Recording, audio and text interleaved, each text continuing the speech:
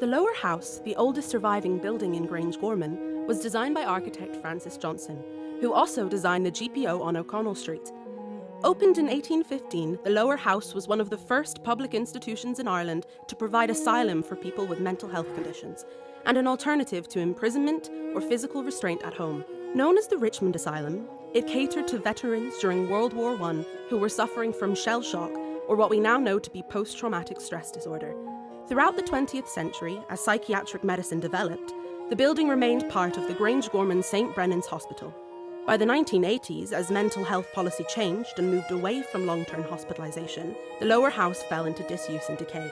In 2015, 200 years after it first opened, TU Dublin and the Grangegorman Development Agency began an ambitious project to restore the lower house and to preserve its heritage value. The first phase was to stabilise the deteriorating structure, beginning with the installation of a new roof to conserve the surviving fabric in preparation for bringing the building back into use. The next stage was the appointment in 2019 of an experienced conservation and restoration design team who have worked to refurbish the lower house, breathing new life into every room and corridor. The original aspects of the building, including its 282 high windows and exposed stone walls, architraves and recesses, are clear to see.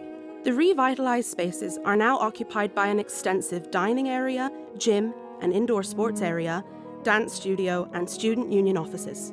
There are also 18 music tuition and practice rooms for students in the TU Dublin Conservatoire. As a new generation of joyful music makers and student voices float through this beautifully refurbished building, we will remember the lives lived by those souls who occupied the lower house throughout its history and the part it played in the complicated legacy of institutional care in Ireland.